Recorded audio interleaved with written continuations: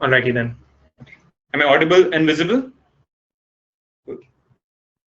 Give me a raise of hands if you guys think you are the main characters of your story. Give me a raise of hands if you know someone who is a hero in real life. Now give me a raise of hands if you know what it takes to be a hero. A very good evening, fellow Toastmasters and distinguished guests. Let me take you back in time to when I was in 3rd grade and I watched a movie of a special child in a special school full of magic that shared amazing adventures with his friends. He was the chosen one. The concept of chosen one was so fascinating for me that in 3rd grade, I decided to be the chosen one of my school. I pretended with my friends that I had a magical wand and I would fight demons throughout the day in the playground. I would cast spells to control the wind, and I would cast spells to defeat demons. I would cast spells to protect the planet from dangers like global warming. Global warming was a new topic for us in 3rd grade. And then eventually my friends got their own wands, and all of us together in the playground would fight demons, such as demons of science, mathematics, and history. I felt like a hero between all of them, trying to be the chosen one. But my dream of the chosen one, my adventure of the chosen one, my hero of myself, died the day they watched the Harry Potter movies. See, they did not have the problem with Harry Potter being fictitious, but they did have a problem with me using a fictional story to be a hero. And they broke their friendship with me because they realized the chopsticks that I had were actually wands that I was pretending to be, and the demons were all imaginary. What happened was that I felt very lonely and embarrassed. It was not a good sight for a 4th grade or 3rd grade student to learn that he's not a hero. I realized a very important lesson, and that is nobody likes false heroes. However, my fascination with heroes did not end there, as I found more heroes in fictional stories. When it came to superheroes, I found a hero in Spider-Man.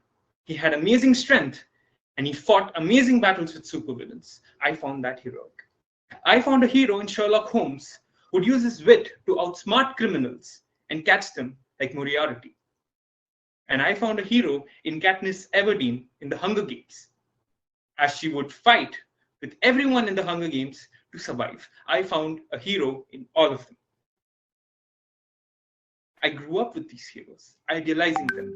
Their acts seemed heroic, and I imitated them in real life until it became too repetitive. I started finding a pattern in their heroisms, and I grew up, and grew up I did. As I grew up, my 12th boards came around the same time as my hero fatigue. And while preparing for my 12th boards, I had my preparatory exams, and one morning, I had to catch an auto for my preparatory exams. I got into the auto, and en route, the auto uncle could not stop staring at my ID card. When I got out of the auto, before I said anything, he asked me a question. He asked me, "Are you writing your 12th board preparatories?" I nodded yes.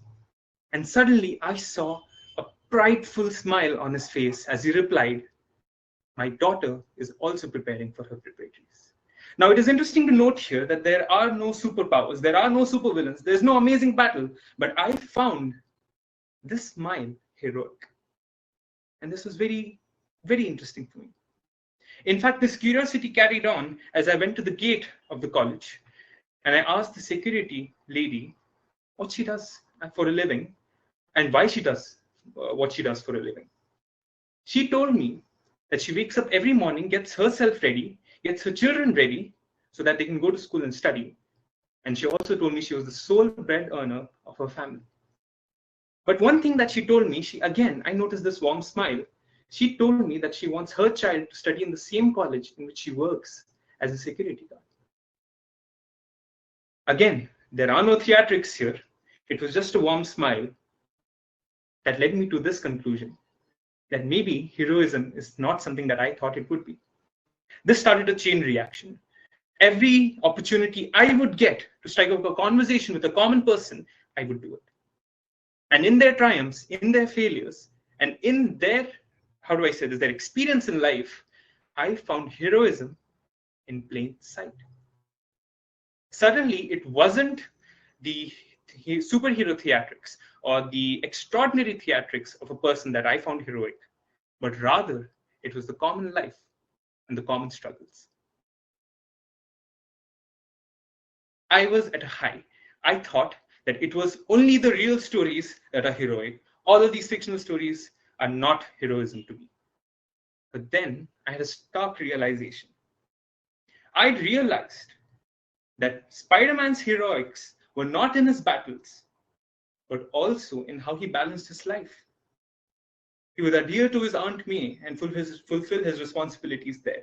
He would do his homework and at the same time also be Spider-Man. The heroics of Sherlock Holmes weren't in his wits, weren't in how he outsmarted his criminals, but also how he shared a friendship with an ordinary Dr. Watson, despite being the smartest man alive. His relationship with Dr. Watson is also what made him heroic. And when it comes to Katniss Everdeen, her leading the uprising in Hunger Games is also what made her heroic, not just her killing abilities. Their heroism was always in plain sight, and the theatrics is what would bring it out. Now, this led me to a confusion. How did I start? I started from fictional stories. I went to real stories, and now I'm back at fictional stories. Who has the real heroes? Well, whether it's the auto driver, whether it's the security guard or the house help, whether it is Spider-Man, whether it is Sherlock Holmes, or whether it is Katniss Everdeen, I want you to realize something, that in the Harry Potter stories, Professor Snape always saw Lily's eyes in Harry Potter's eyes and not the magic that he had. It is always the heroism in plain sight that makes them the heroes that they are, not the theatrics. Well, now I put the question to you guys. Who are your heroes in plain sight? Thank you so much. Back to the Toastmaster of the day. Thank you, Shaz. Just when you said, whom do you see heroes?